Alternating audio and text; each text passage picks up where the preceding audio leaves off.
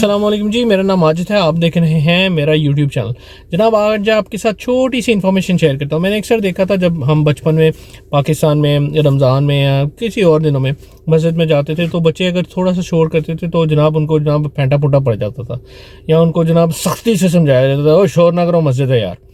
तो यहाँ पर मैंने जो कनाडा में है और स्पेशली कनाडा के अलावा दूसरी और कंट्रीज, जैसे मैं इमाम जो जहाँ मस्जिद में मैं जाता हूँ एसकेसी सेंटर में, वहाँ पे इमाम बता रहे थे कि उन्होंने भी ये चीज़ टर्की में स्पेशली नोट की थी कि और उसी चीज़ को यहाँ पे फॉलो करते हैं वो तो प्रैक्टिस बल्कि पहले ही फॉलो कर रहे थे, लेकिन उन्होंने वो उसका भी बताया कि टर्की में भी ऐसे ही तकरीबन लोग करते हैं मस्जिदों में।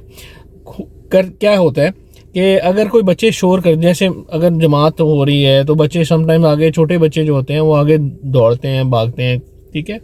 और पाकिस्तान में ये होता है कि जनाब यहाँ बच्चे शोर करते हैं मस्जिद में, तो पाकिस्तान में ये होता है जनाब उनको सख्ती से समझाया जाता है तो उससे बच्चे मुतनफ़िर हो जाते हैं और वो उनका एक मस्जिद के बारे में या मस्जिद में जो पीपल हैं उनके एटीट्यूड के बारे में कुछ नेगेटिव थिंकिंग कुछ बच्चों के जहन में बैठ जाती है। Not for all the kids but most of the kids के जहन में ये नेगेटिव थिंकिंग बैठ जाती है।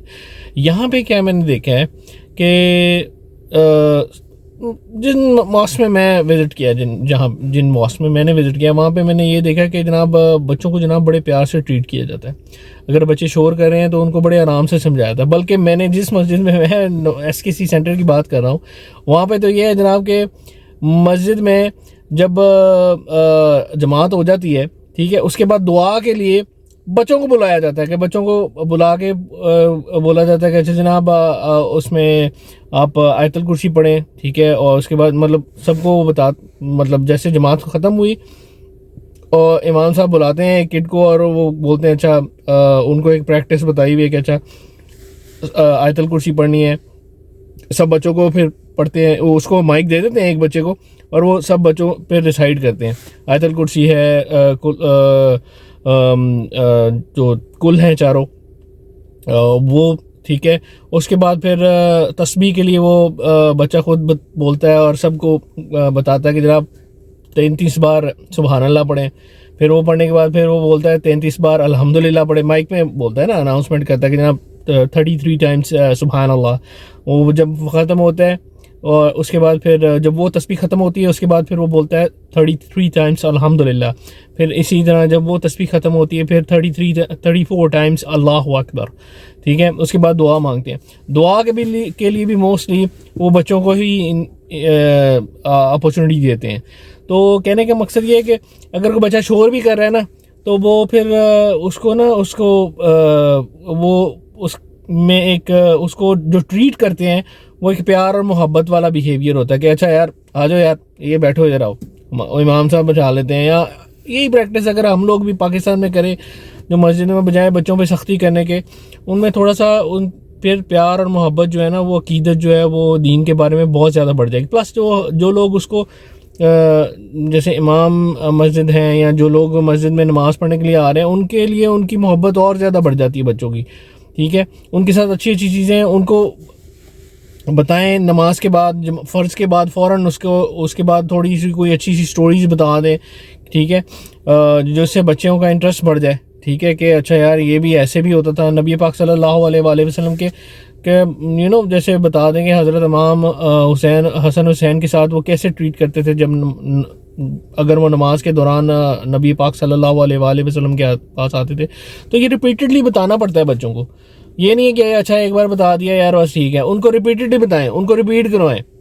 जो रेपिटेशन होती है ना, जो बंदे के माइंड में उसका पैटर्न एक सेट कर देती है।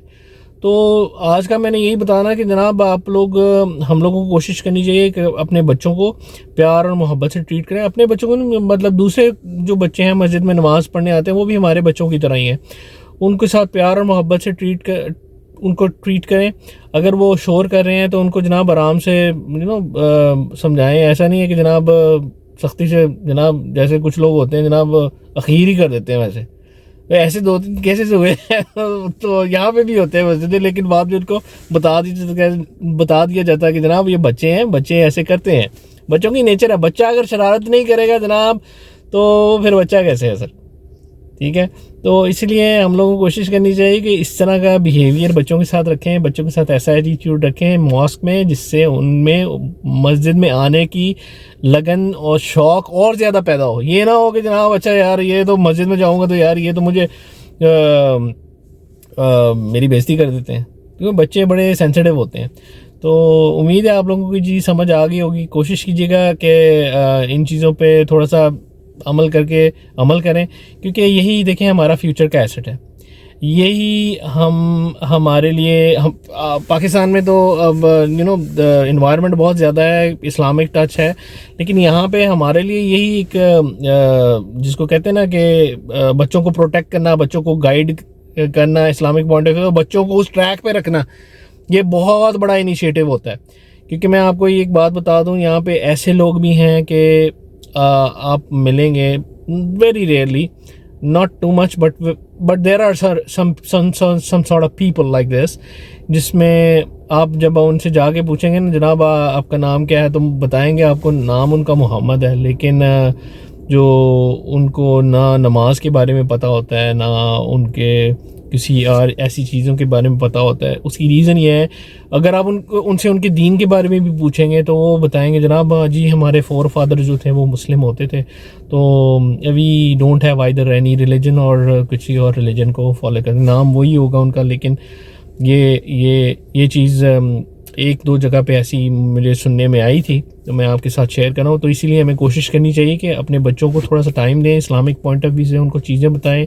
अगर आप मस्जिद नहीं जा सकते हैं, आप उनको शाम को बैठ के उनको घर में एटलीस्ट नमाज़ पढ़ें, उनको साथ नमाज के लिए साथ शामिल करें, सख्ती से नहीं, आराम से, ठीक है, और उनको गाइड करें आहिस्ता आहिस्ता आहिस्ता। जैसे एक पत्थर पे वो पड़ता रहेगा ना, एक पानी का कतरा पड़ता रहता है, तो एक ना एक दिन तो जनाब वो पत्थर पे भी क्रैक हो जाता है, ठीक है। तो ये तो फिर ये ह्यूमन बीइंग है, छोटे बच्चे हैं, इनको जैसे हम ट्रीट करेंगे वैसे ही इन्होंने करना है। तो यहाँ पे इसलिए मैं कह रहा हूँ कि गाइड करना बच्चों को बहुत बहुत बहुत जो है ना वो एक टफ़ टास्क होता है, रियली एक टफ़ टास्क होता है। ऐसा नहीं है कि आपने अक्सर मेरी वीडियोस में देखा होगा कि मैं अपने बच्चों के साथ जाता हूँ, मस्जिद में जाता हूँ, ठीक है, उनको इस तरह की एक्टिविटीज़ में इंगेज रखता हूँ। तो इसका मतलब ये नहीं कि बच्चे हर जगह उनको पता होता है उस इन्वायरमेंट का, या वो शौक़ से समटाइम्स उनका नहीं दिल करता कि यार अच्छा ये इधर जाना है, लेकिन जब वो उस चीज़ में जाके फिर पार्टिसिपेट करते हैं, उसमें उस इवेंट को अटेंड करते हैं, तो देन दे फील यार ये हमारे वालिद साहब ने अच्छा काम, एक अच्छा इनिशिएटिव लिया। तो मैं यही सजेस्ट करूँगा कि अगर आप आउट ऑफ पाकिस्तान हैं, अपने बच्चों को ज़रूर, स्पेशली उस कंट्री में जहाँ जो कि इस्लामिक कंट्री नहीं है, तो ज़रूर अपने बच्चों को थोड़ा सा टाइम दें। बच्चों को 1 घंटा आधा घंटा भी बहुत होता है यार। अगर आप उसके साथ प्रॉपर घर की नमाज 5 वक्त की नमाज़ें पढ़े हैं घर में, उसके साथ वालदा पढ़ रही है या वालिद पढ़ रहे हैं, तो that is also more than enough. उसके साथ बाद में दुआ के लिए उसको बोलें तस्बीह करें, उसको बोलें थोड़ा सा आप दुआ करो। और साथ जब दुआ करें तो उसको बोलें कि यार हमारे लिए भी दुआ करो यार, बाबा मम्मा के लिए भी दुआ करो यार। तो ये चीज़ें जो है ना बड़ी बड़ी इम्पॉर्टेंट है। तो मैंने कहा ये आपके लोगों के साथ शेयर कर दूँ। देखें यही हमारा फ्यूचर का ब्रेड एंड बटर है, समझ गए ना, ब्रेड एंड बटर। तो ये हमारे यहाँ तो दुनिया और आखिरत संवार देंगे, या हमारी दुनिया और आखिरत जो है ना हमारी वो लग जाएगी अगर ये गलत ट्रैक पे चले जाएँ। तो हमारे फ़र्ज़ बनता है कि जनाब हमारी जितनी ज़िंदगी, जब तक हमारी ज़िंदगी, हम अपने बच्चों को ये चीज़ें सिखाएं। एजुकेशन तो डेफिनेटली आती रहती है यार, ये जो दुनियावी एजुकेशन है आएगी, अल्लाह ताला वो भी दे देगा, ठीक है, लेकिन ये वाली जो एजुकेशन है ना, इस्लामिक एजुकेशन, वो बहुत इंपॉर्टेंट है। ये हमारे अलावा अगर हम अपॉर्चुनिटी नहीं उनको देंगे तो जनाब बहुत मुश्किल है कि जनाब हम उनको इस्लाम पे, ईमान पे भी कायम रख सकें। अल्लाह ताला हम सब के ईमान की हिफाजत फरमाए, हम सबको अच्छा मुसलमान बनने की तौफीक अता फरमाए, हम सबको नबी पाक सल्लल्लाहु अलैहि वसल्लम के नक्श कदम पे चलने की तौफीक अता फरमाए, हमारी मौजूदा और आने वाली नस्लों को नबी पाक सल्लल्लाहु अलैहि वसल्लम के रास्ते पर चलाए। आमीन सुम्मा आमीन।